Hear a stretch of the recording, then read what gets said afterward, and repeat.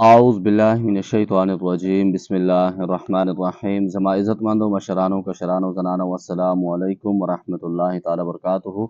मुझे उम्मीद है आप सब हज़रात खैरियत से होंगे। अल्लाह करीम हम सब की हिफाज़त फरमाए।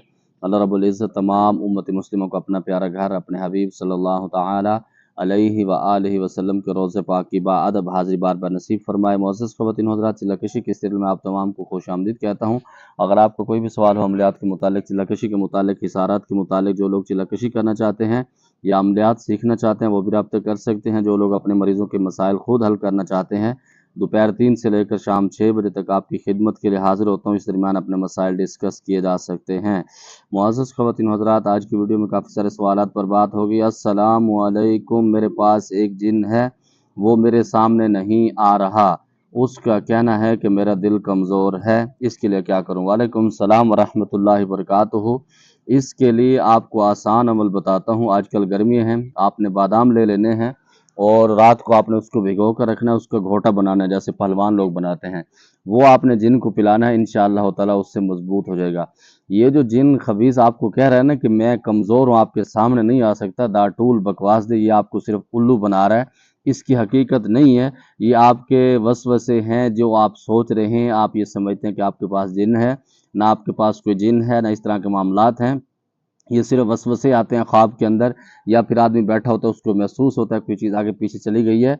ये उस टाइम होता है जब आप इसको सोच रहे होते हैं, डिस्कस कर रहे होते हैं, उस वक्त ये फील होता है। नंबर 2 पर जो असातिज़े कराम इस तरह की चिल्लाकशी करवा देते हैं, वो ये सामने अपनी हाजिरी करवा देते हैं एक्टिंग के तौर पर। मिसाल के तौर पर आपने मुझे फ़ीस दी, आप चिल्लाकशी के अंदर नाकाम हो गया, मैंने फ़ीस भी हलाल करनी है, उसको खाना भी है, आपको पता भी न लगे, तो फिर आमिल क्या करते हैं, अपने जिन को उसके अंदर डाल के हाजिरी करवाते हैं। फिर वो आगे से ये कहता है कि आप इसको पढ़ाई को जारी रखो, मुदावमत जारी रखो, एक दिन मैं आपके सामने खुल के आ जाऊंगा। हकीकत इसकी कुछ और होती है।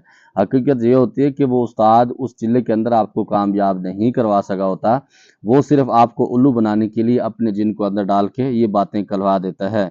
भाई, हज़रत मोहम्मद सल्लल्लाहु अलैहि वसल्लम ने जिन्नात को जो ख़त लिखा था, अगर हम वो ख़त लिखकर तावीज़ बनाकर पहन कर कब्रिस्तान जाएं तो जिन्नात हमारी तबाही कर सकते हैं। पहली बात तो ये है कि जिन्नात आपकी तबाही क्यों करेंगे। नंबर 2 पर आप ख़त तावीज़ पहन कर कब्रिस्तान जाना क्यों चाहते हैं? इसके अंदर दोनों ऑप्शन हैं। या तो आप मरीज़ हैं, तब तो आप कुछ टाइम के लिए ना जाएं, जब आप ठीक हो जाएं सही तरीके से फिर आप जा सकते हैं, कोई हर्ज नहीं। क्योंकि जब आप जाते हैं खामखा, इस ख़त का मतलब भी यही है कि जिस जगह पर आप पढ़ते हैं इस ख़त को या पहन कर जाते हैं, वहाँ पर जिन्नात वो चले जाते हैं थोड़ी देर के लिए, आपको तंग नहीं करते। और जिस घर के अंदर ये ख़त पढ़ा जाता है तो वो जिन्नात वहाँ से भागने पर मजबूर हो जाते हैं। अगर आप इस नीयत से इसको पहन कर जाते हैं कि आप वहाँ पर जाएंगे तो जिन्नात आपको कुछ नहीं कहे, आप वहाँ कर बैठ कर चिल्लाकशी कर लें, तो ये आपकी गलत फहमी है। और खुश फहमी को अंदर नहीं रहें, आप उसके अंदर तबाह हो जाते हैं। हाँ, आप चिल्लाकशी के लिए जाएं तो फिर इस ख़त को पहन कर ना जाएं, लिख कर ना जाएं, पढ़ कर ना जाएं। वैसे आप जाते हैं कब्रिस्तान के लिए अपनी हिफाजत के लिए तो तावीज़ उसका पहना जा सकता है, कोई हर्ज नहीं है।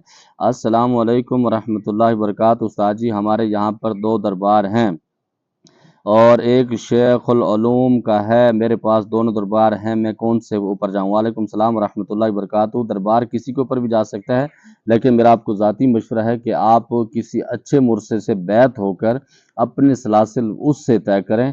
बुज़ुर्गों के जो दरबार होते हैं उसके अंदर पुराने जो आमिलीन होते हैं या पुराने जो इसके अंदर रूहानियत को जानने वाले, जिनकी आंखें बेदार होती हैं, बातनी आँख खुली होती है, उनको फ़ायदा होता है। आम बंदे को कुछ उसके अंदर फ़ायदा नहीं होता। कुछ का लाखों के अंदर, हज़ारों के अंदर कुछ लोग होते हैं जिनको वहाँ से फैज़ हासिल हो जाता है, वरना वो लोग वैसे अपनी हाज़िरी आते रहते हैं, जाते रहते हैं, उसके अंदर बल्कि उलझ भी सकते हैं। बहुत सारे जिन्नात की मखलूक वहाँ पर होती है, वो आपको उलझा भी सकती है।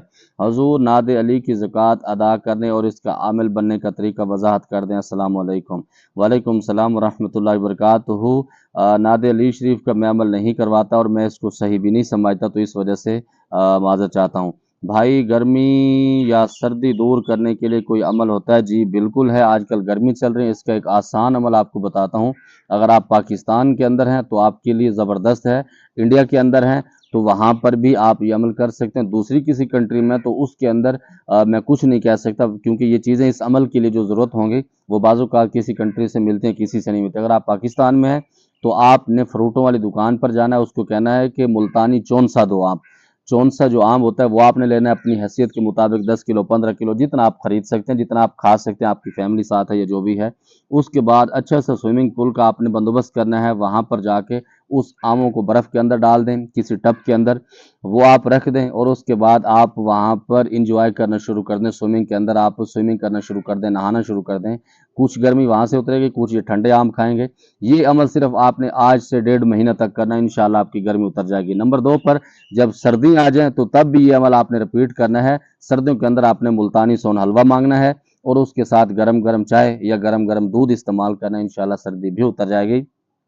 नंबर 2 पर जो लोग अल्लाह को मानने वाले होते हैं, अल्लाह रब्बुल इज़्ज़त की इबादत करते हैं, उनको गर्मी सर्दी से लगाव नहीं होता।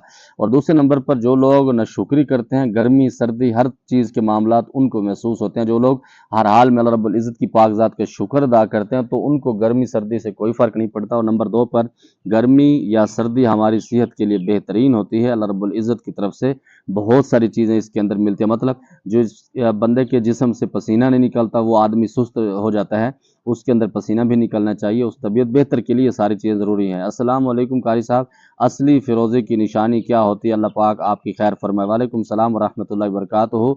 मैं ये कहता हूँ कि फ़िरोज़ा पहनना भी नहीं चाहिए एक मुसलमान को, क्योंकि ये एक साजिश के तौर पर फ़िरोज़ों को लाया गया है। ये हज़रत उमर रज़ी अल्लाह ताला अन्हु को जिसने कत्ल किया था, जिसने शहीद किया था नमाज के अंदर, हमला किया था, क्योंकि उनकी ज़रूरत नहीं थी सामने आके वार करते, तो नमाज के अंदर उन पर वार किया था। तो उस बंदे का नाम भी फ़िरोज़ा था, फ़िरोज़ों के नाम से उसको बुलाया जाता था। तो इस वजह से अहले तशरीह हज़रात अपनी उस खुशी को उजागर करने के लिए, क्योंकि हज़रत उमर रज़ी अल्लाह ताला अन्हु से नफ़रत करते हैं शिया, तो वो लोग इसको इस्तेमाल करते हैं। तो मुसलमान जो सुन्नी हज़रात हैं, मैं कहता हूँ उसको नहीं पहनना चाहिए। और जो दाने हैं इनकी पहचान का मुझे कोई ख़ास इल्म नहीं है, मेरा कोई ख़ास एक्सपीरियंस नहीं है। बस कुरान पाक में है यकूत मरजान, अगर वो आपको मिल जाता है या एक अंगूठी के अंदर एक पत्थर आप लगा के, सुन्नत तरीका वो है, वो आप पहन सकते हैं। तकरीबन 4.5 माशे की या 4 माशे की हदीस पाक के अंदर उसकी इजाज़त गुंजाइश मिलती है, आप वो इस्तेमाल कर सकते हैं।